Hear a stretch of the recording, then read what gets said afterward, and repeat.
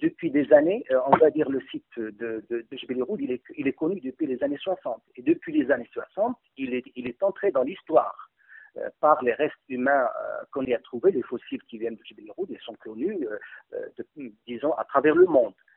Mais le seul problème qui entachait, si vous voulez, ces découvertes, tous ces fossiles, c'est que leur âge géologique était resté incertain de manière persistante. Pendant des années et des années, leur âge était incertain. Et c'est une des raisons qui a fait qu'on a été, disons, derrière le montage d'un autre programme pour pouvoir répondre à ces questions. Le programme monté en 2004 dans l'objectif d'apporter une réponse en termes de datation. Parce que c'est la datation qui permet, si vous voulez, de faire la différence, de trancher. Nous étions convaincus, au vu de la morphologie de ces hommes fossiles, que leur âge n'était pas ce qu'on avançait. On avait ce sentiment, parce que c'est une morphologie quand même qui est assez, disons, assez ancienne en termes disons, de caractère morphologique, etc. Et que l'âge qu'on l'affectait était peut-être en deçà de ce qui devait être.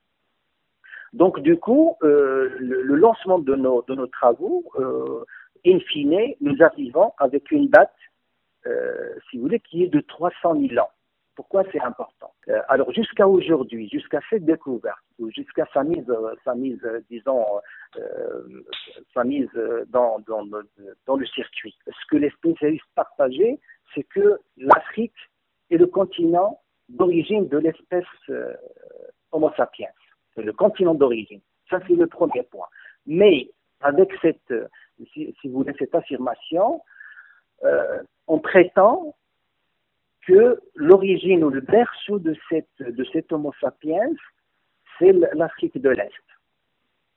Or, les restes que nous avons en Afrique de l'Est, le plus ancien parmi eux, il va jusqu'à 195 000 ans. On va dire 200 000 ans. Donc, si vous voulez, on situe jusqu'ici, on situe cette origine à 200 000 ans. Et on considère, disons, l'Afrique de l'Est comme étant une sorte d'Éden d'Homo sapiens.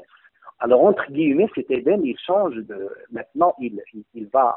Maintenant, c'est au Maroc. C'est au Maroc. Mais attention, oui. On va garder la tête froide. Oui. Parce que avec cette disons, cette date de 300 000 ans, qu'est-ce qui se présente?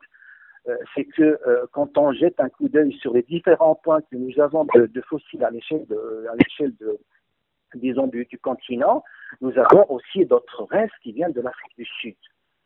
Donc, un en particulier qui est âgé de 260 000 ans. Ce fragment crânien était jusque-là énigmatique, avec un âge de 260 000 ans.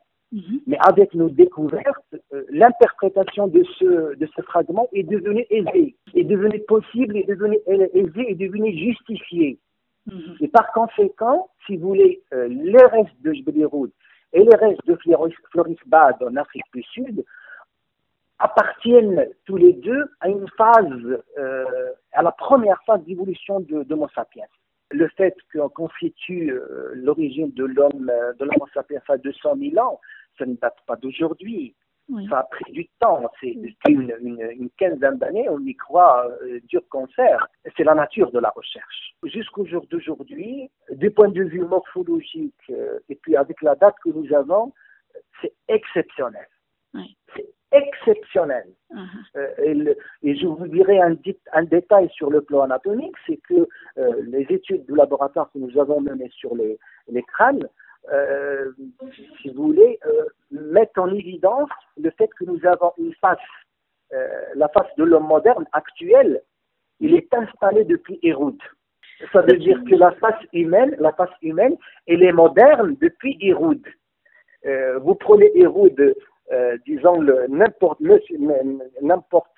disons, un homme actuel d'aujourd'hui, ils ont pratiquement la même face. Le site de Jebel Irhoud, je l'avais dit au début, c'est un site qui est connu depuis les années 60. C'est un site, moi, que je qualifie de martyr, parce qu'il a été entouré de mines de partout, et pourtant, il est resté debout, il a été généreux de manière extraordinaire, généreux, mais vraiment généreux. Parce que, disons, la documentation que nous avons au niveau des sites, c'est la meilleure à l'échelle du continent. C'est la meilleure. C'est la plus ancienne et la plus riche.